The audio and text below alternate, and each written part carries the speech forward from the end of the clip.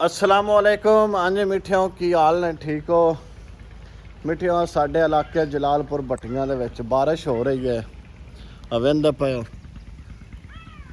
ते बड़े आंदे हो भी गर्मी गर्मी, बदल नेड़े खाली आउंदे है, टुर जांदे वसदे नहीं। अज मैं सुबह 4 बजे तो लैके कन मन लगी है ते बारिश आ मुंजी लगी है, मशीन नाल लगी है, पालियां ते जरिए लगती है। चेक करो कितना मौसम प्यारा होवेगा। ते जेह्ड़े दोस्त वीडियो वेंदे अपना कमेंट करके ज़रूर दसन बई कित्थे कित्थे बारिश हुंदी पई है, केड़े केड़े इलाके विच।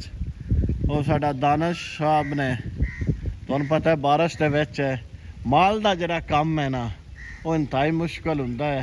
ए पट्ठे वड्ढ के लिआंदे से ते हुण पट्ठे कुतरन, बिजली आई है ते उंदे कोलों रेड़ी नहीं पई सही लगदी।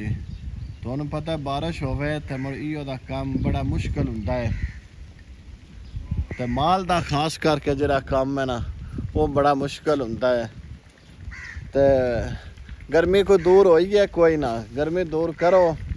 अगे सारे तुसीं आंदे आए गर्मी वट घट दित्ते ने, कदी बारिश होवे। हुण बारिश शुरू होई है ते इंजॉय करनी चाहिए। ये ना होवे बई हुण तुसीं अंदरां वड़ जाओ, अंदर ना वड़ो, अपनी फसलां लाओ, मुंजी लाओ, फिरो टुरो, इस मौसम में इंजॉयमेंट करो।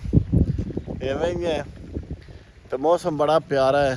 तो वेख हुण किन्ने डंगरां दा, लेकिन कमेंट करके मैनूं दोस्त लाजमी दसन। और दानिश की गल है, क्यों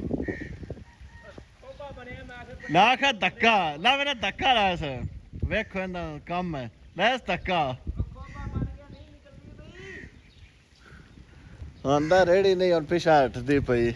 क्यों जे टेल लावे तो आप ती लोग जरा से इवें ही दानिश है। वेखो का बारिश लगी है, चेक करो।